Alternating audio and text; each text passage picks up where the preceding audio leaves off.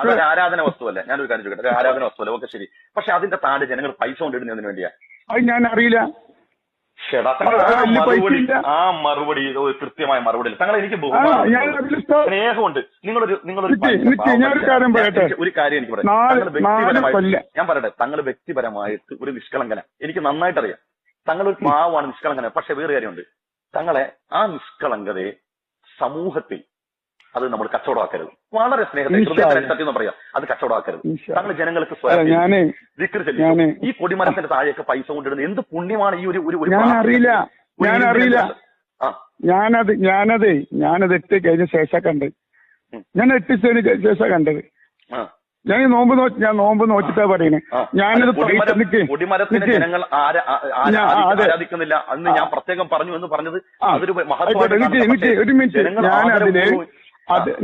ഞാനതില് ആരോടും പൈസ ഇടാൻ പറഞ്ഞിട്ടില്ല. അതിലിപ്പോ ഞങ്ങള് മറ്റില് മണല് നടക്കാൻ നിൽക്കുകയാണ്. പൈസ ഇടണ്ടെന്ന് പറഞ്ഞു. പൈസ ഇടാൻ പറഞ്ഞില്ലല്ലോ. ആ ഇട്ട പൈസ തിരിച്ചു കൊടുത്തായിരുന്നു അവർക്ക്. പിന്നെ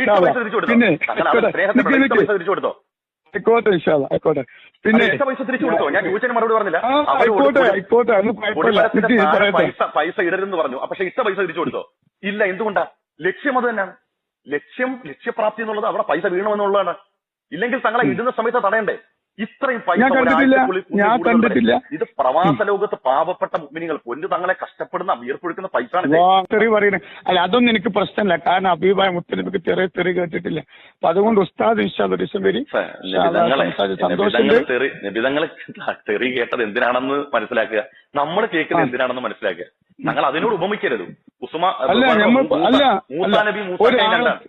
മൂസാ നബിയും ചന്ദ്രാപ്പനും മൂസാക്കയും രണ്ടാണ്. അത് മനസ്സിലാക്കണം. ചന്ദ്രാപ്പനും മൂസാക്കാനെ മൂസാ നബിയോട് ഉപമിക്കരുത്. തങ്ങളുടെ ബഹുമാനമുണ്ട്, സ്നേഹമുണ്ട്, നിങ്ങൾ എനിക്ക് ഇഷ്ടം തന്നെയാണ്. മനസ്സിലായ അതിനകത്തൊന്നും കുഴപ്പമില്ല. തങ്ങൾ അങ്ങനെ ഉപമിക്കൊന്നും ചെയ്തിരുന്നില്ല. വിധങ്ങൾ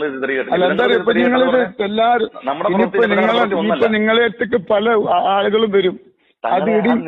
നിങ്ങളുടെ തെറ്റിദ്ധാരണ ആദ്യം മാറ്റി. തങ്ങളെ ആരെങ്കിലും ഒരാൾ കമ്പിട്ടിളക്കുമ്പോ അങ്ങനെ കുലുങ്ങുന്ന ആളല്ല ഞാനൊരു കാര്യം ചോദിക്കട്ടെ. ഈ കാലം അത്രയും സോഷ്യൽ മീഡിയ, ഞാൻ ഒരു 2 കൊല്ലത്തിനടുത്തേ ഉള്ളൂ. ഈ കാലം അത്രയും തങ്ങളുടെ വീഡിയോ ഞാൻ സോഷ്യൽ മീഡിയയിൽ ഈ സജീവമായിട്ട് 2-2.5 കൊല്ലമായിട്ട് സജീവമായിട്ട് കാണുന്ന ഒരാളാണ്.